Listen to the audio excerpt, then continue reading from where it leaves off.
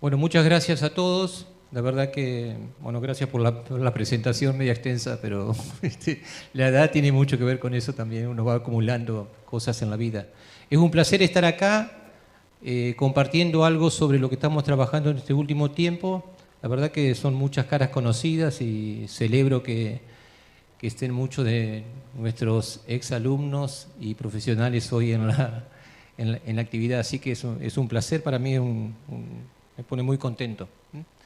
Bueno, la idea de la charla es hablar acerca de la perspectiva del maíz entrerriano. En realidad, nosotros estamos trabajando en un estudio de perspectivas para el desarrollo de la ruralidad entrerriana, ¿no? Y en todos los trabajos que hacemos, el maíz es central en esa ruralidad. Hoy hablaba Pedro de la sustentabilidad ambiental, social y productiva, y ahí el maíz ocupa un lugar importante. Entonces la idea de hoy es mostrarle algunas cosas sobre esa perspectiva, haciendo hincapié en lo productivo, en lo económico y también en el estudio de futuro. La perspectiva básicamente es mirar el futuro para construir un futuro distinto al que va en camino, ¿no? A las tendencias. Es un poco la idea. Así que bueno, yo voy a ir medio rápido. Después tendremos una instancia de preguntas. El esquema es un recorrido por la actualidad de la agricultura, el cultivo, la cadena de maíz en Entre Ríos, que tiene algunas características específicas. Y después sí nos vamos a meter en el futuro, por eso uso el símbolo de la cuña, ¿no? A ver si esto viene así.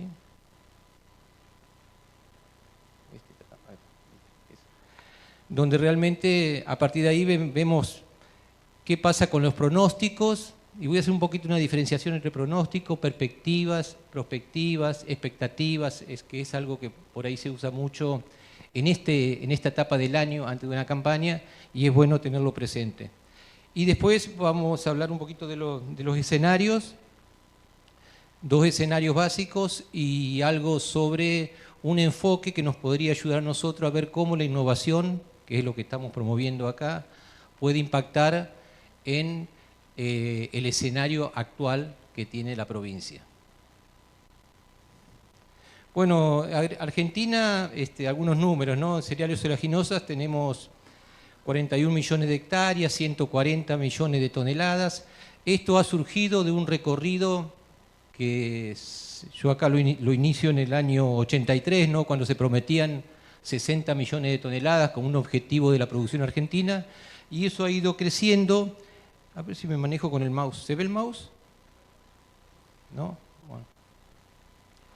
Ha ido creciendo con distintas metas que se han ido cumpliendo. 2010, 120 millones de toneladas, 2020, 140, 2030, 190 millones de toneladas, ¿no? Eso es lo que estamos planeando como producción argentina de cereales y oleaginosas. El maíz ocupa el 25% de las hectáreas sembradas, pero produce el 60 millones de toneladas, o sea, el 40% de la producción total de los cereales y oleaginosas en el país. No es un número nada despreciable.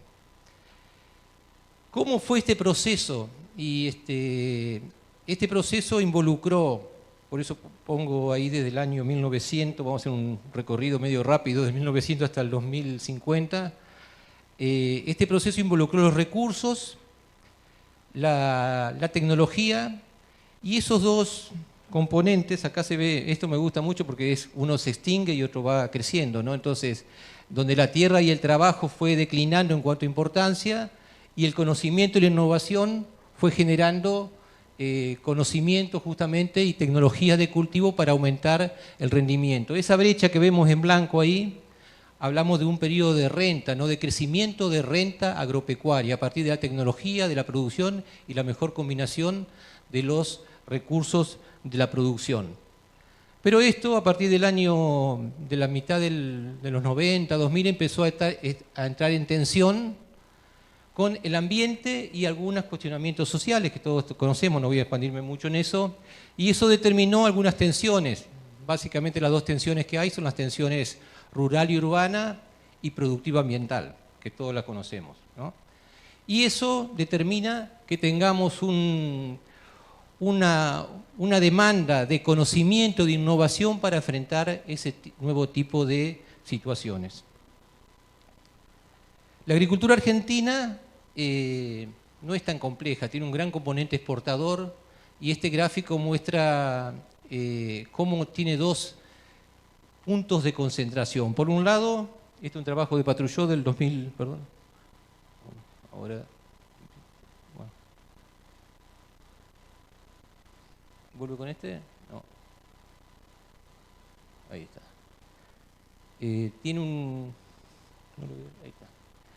Está sometida el sistema de producción a este mozo que alguno lo conoce o tiene alguna relación con él o por lo menos algún tipo de contacto. Está básicamente concentrada en dos puntos, unos proveedores de insumos y otro punto de concentración que es el acopio, la industria y exportación, un poquito más diversificado. El dólar siempre es clave ahí, por eso Pedro también hablaba de las tensiones actuales y el tipo de cambio siempre está metido en las discusiones agrícolas. Pero lo que quiero mostrar con este rombo, que ahí están todos los productores, ¿no? Acá estamos todos nosotros trabajando en este sistema con nuestros desafíos y nuestros conocimientos, pero este sistema se mantiene y determina que tengamos una alta dependencia de la moneda extranjera. Con respecto a las semillas, que hay muchas empresas que proveen semillas, creo yo, hay una presencia muy alta. Este es un trabajo que hizo Valentina Locker hace unos años y donde muestra prácticamente la cantidad de eventos, esto es para el cultivo de maíz, ¿no? Donde se han incorporado numerosos eventos y la participación de las empresas nacionales e internacionales, o sea, está dividido el mercado en cuanto a la producción de semilla híbrida, que es el componente que está concentrado en cuanto a la primer venta, ¿no? Ahí el 5% corresponde a producción local de semilla.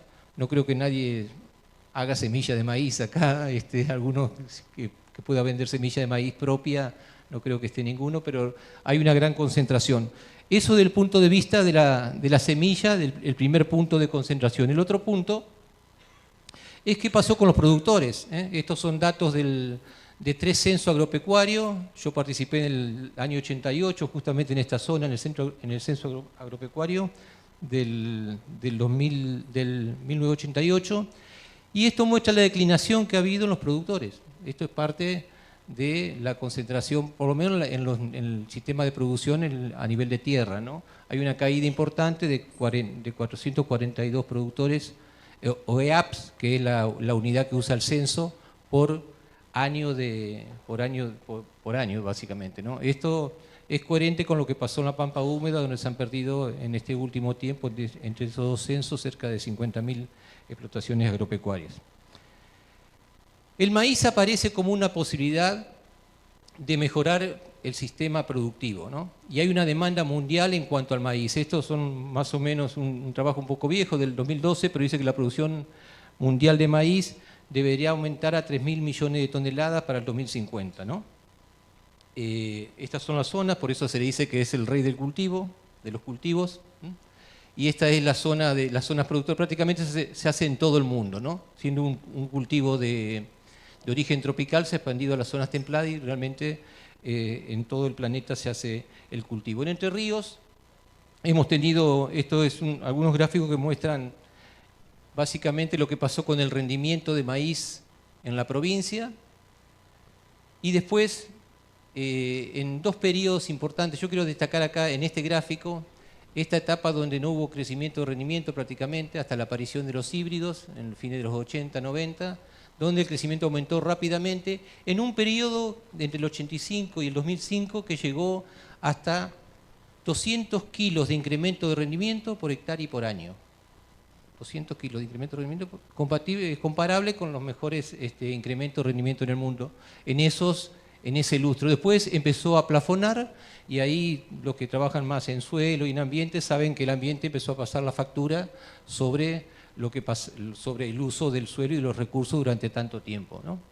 Por otro lado, la superficie que tuvimos, no está acá en este gráfico, pero en la década del 60 se llegaron a sembrar 600.000 hectáreas de maíz en Entre Ríos. Eso después declinó y últimamente en los últimos años ha empezado a crecer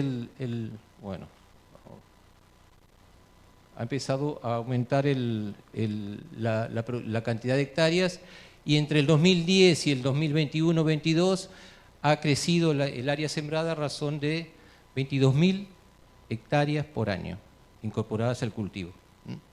O sea, tenemos dos elementos para aumentar la producción, porque sabemos que en Entre Ríos la cadena es deficitaria en cuanto al maíz producido localmente, y tenemos dos elementos. Por un lado, la mejora genética, que va a seguir incorporando eventos y mejorando el rendimiento potencial o el rendimiento antiestrés de los cultivos, y por otro lado, el aumento de hectáreas sembradas. Entonces, si uno mira más o menos lo que uno podría esperar en el futuro en cuanto al maíz, tenemos que si logramos incorporar o llegar a estos niveles de incremento por año en los próximos años e incorporar unas 22.000 hectáreas por año, mordiéndosela a otro cultivo, fundamentalmente el maíz de segunda o maíz tardío, podríamos llegar a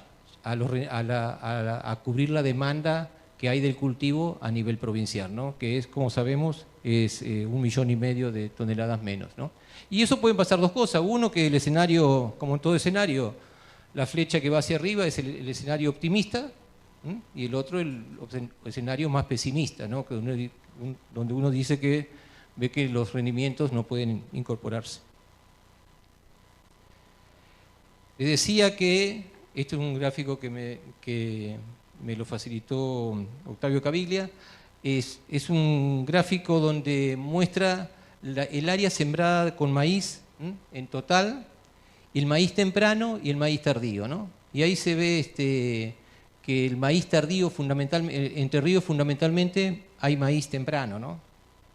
La gran proporción del maíz entrerriano es maíz temprano, a diferencia de lo que ha pasado con otras zonas. Fíjense, la zona núcleo, NEA, NOA, ha incrementado mucho el maíz tardío. Y en Entre Ríos todavía está bastante clarito, y creo que ahí hay margen para incorporar hectáreas en el maíz tardío, ¿no? Es un desafío que tenemos y creo que va a ser uno de los temas que vamos a hablar en el Congreso Internacional de Maíz en unos días. Así que me parece que es un tema muy interesante y que nos posibilita a nosotros aumentar la producción.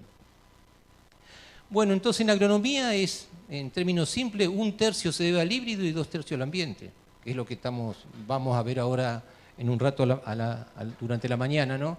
Y en cuanto al ambiente están las brechas de rendimiento. Este es un proyecto que hay internacional de brechas, más o menos lo traigo para esta zona, entre el rendimiento potencial que uno puede tener en situaciones de secano con buenos años, está para Gualeguaychú en 10.400 kilos, el rendimiento promedio 5.100, esto en un periodo del 85 al 2012, y la brecha de rendimiento en 5.000 kilos, ¿no? Entonces, el rendimiento potencial, el rendimiento real son conceptos que conocemos. En estrés hídrico, pensando la diferencia entre estrés hídrico, cuando hay alguna deficiencia de estrés o un nivel de estrés de 0.07, o sea, 30% de caída de rendimiento, estamos hablando de una caída de rendimiento en los años de estrés. Esto vamos a ver si después coincide con lo que dice el resto de los oradores. Son 2.000 kilos por hectárea, y en situaciones de sequía la brecha está entre 4.000 y 6.000 kilos por hectárea. Y bueno, y después vamos a ver, durante la tarde, vamos a repasar un poco lo que pasa con el periodo crítico, y ahí me parece que en el maíz ya todos conocemos la criticidad que tiene esa etapa del cultivo, y creo que es importante repasar eso y ver algunos conceptos que se van a dar en el último módulo. Ahí estoy pasando el chivo para que se queden hasta la última hora de la tarde. Bueno, la cadena de maíz es clave para una ruralidad sostenible. Contribuye a 2 objetivos de los ODS de Naciones Unidas, que son el gran elemento rector que va dirigiendo un poco las políticas públicas de los países en este tiempo. Y hay un valor agregado que es en origen, que tiene que ver con la relación entre las cadenas globales y las cadenas locales o territoriales, ¿no? El cultivo de maíz en la forma extensiva incluye la cadena global, que es la asociación a todo el sistema global de producción de maíz, ¿no? Y la cadena local, que es la cadena territorial. Esas, si bien tienen lógica distinta, pueden llegar a ser en algunos términos competitivas y en otros términos complementarias, ¿no? Y contribuyen al desarrollo local. Bueno, es un sistema productivo con articulaciones diversas, genera riqueza local, redistribuye y promueve el abordaje. Esto es muy importante y lo estamos viendo acá también y en muchas de las mesas que se ha formado. Promueve un abordaje multiactores, ¿no? Y acá tenemos algunos datos del censo del 2018. Bueno, yo me voy a tener un poquito más porque arreglé con Alejandra que le iba a sacar unos minutos.